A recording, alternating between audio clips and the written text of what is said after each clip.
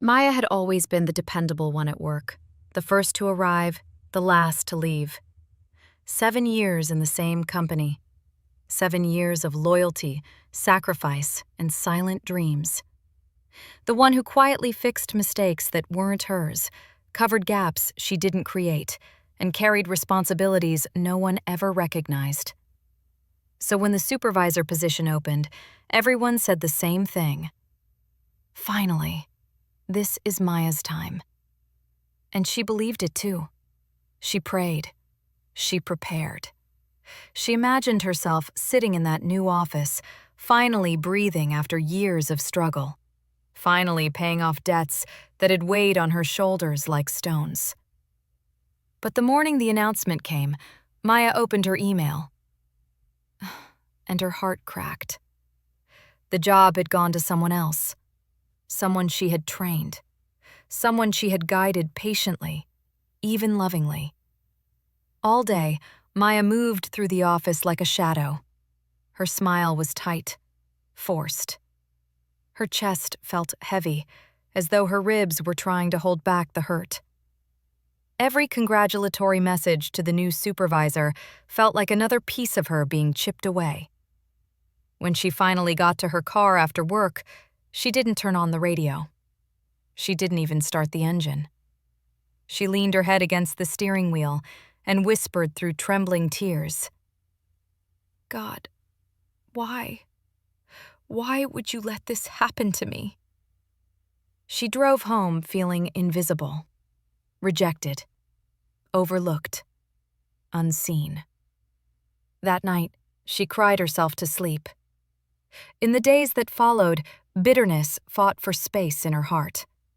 She smiled at work, but inside, she questioned everything. Her worth, her effort, her prayers. She felt foolish for hoping, foolish for believing, foolish for caring. One evening, as she sat alone at her dining table, the questions in her heart became too heavy to ignore. She wasn't strong that night. She wasn't composed. She wasn't brave.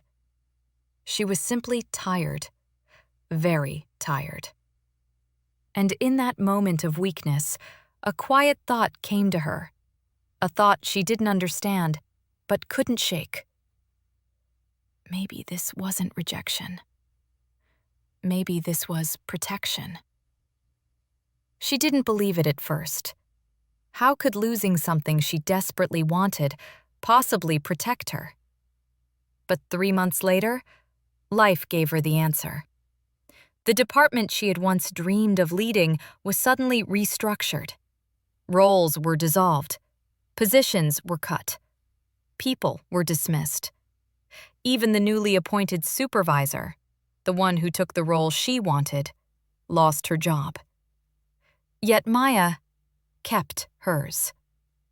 She watched everything unfold with a strange mix of sorrow and humility. For the first time, she understood that the disappointment she had wrestled with had been shielding her from something she never saw coming. The door she cried over had been the very door that saved her. A week later, a friend told her about an opening in another company, a healthier environment, better salary, a team that valued experience like hers.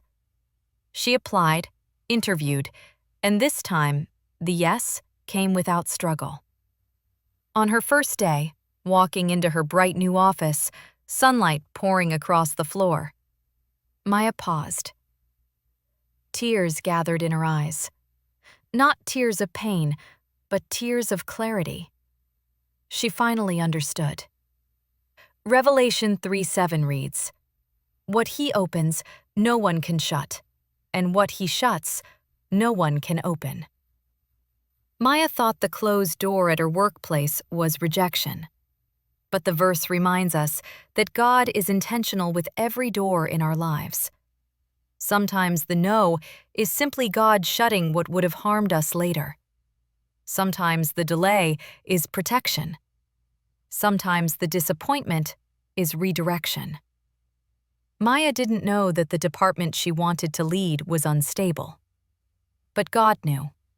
and he shut that door before the trouble came.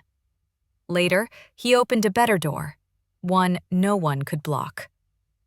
This verse teaches adults that not every opportunity is meant for you. Not every loss is a setback. Some closed doors are actually hidden blessings. God sees the future you cannot see. When God shuts a door, it is never the end. It is preparation. Be careful how you interpret disappointment. Sometimes the door that closes is the very thing that saves your future. Trust God's timing. He sees further than you do.